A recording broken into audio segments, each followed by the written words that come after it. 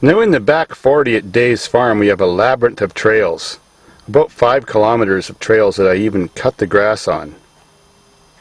So since we get a lot of enjoyment driving our off-road machines like bikes and quads or crappy cars or whatever back here, or stopping and getting out and enjoying eating the berries for whatever reason, they're good.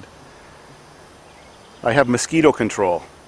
Redneck and simple but very effective. I haven't even seen a mosquito in a long time. Yet I'm in the middle of the forest, in the middle of June.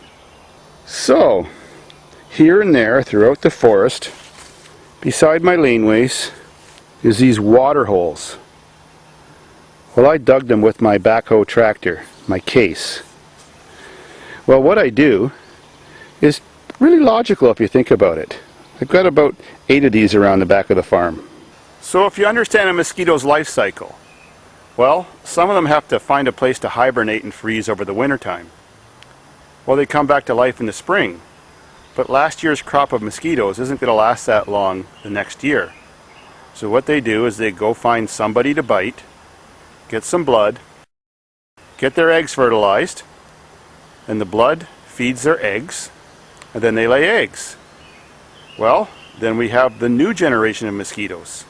So you give them a place to lay their eggs. So you dig holes. A mosquito will only lay its eggs in an area that's a small hole that they think a frog won't live in or a frog won't lay its tadpoles or eggs in. So if a mosquito sees like a big puddle like that, we only have that because it rained an inch last night, they automatically assume by evolution that they have no idea how long that's going to last, but they know that's big enough that a frog or a toad might consider laying its eggs in there. Well, tadpoles form, and what do tadpoles like to eat? One of their favorite things is mosquito larvae. Lots of protein. So mosquitoes prefer little pools of standing water. Well, biology tells them that no frog would dare lay its eggs in there because it would probably dry up as the weather warms up and all the tadpoles would die.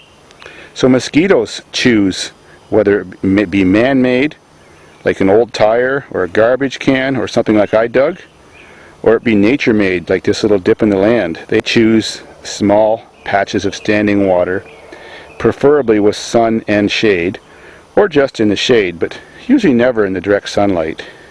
Since the gestation of a mosquito larva is around 2 weeks, it usually gives them long enough to complete their life cycle from egg to larva to mosquito before one of these small little pools dries up. So that's why they choose them, and since there won't be any tadpoles in them either. So by digging these handy holes here and there, gives all my mosquitoes a great place to reproduce and start the next generation, for example 2009.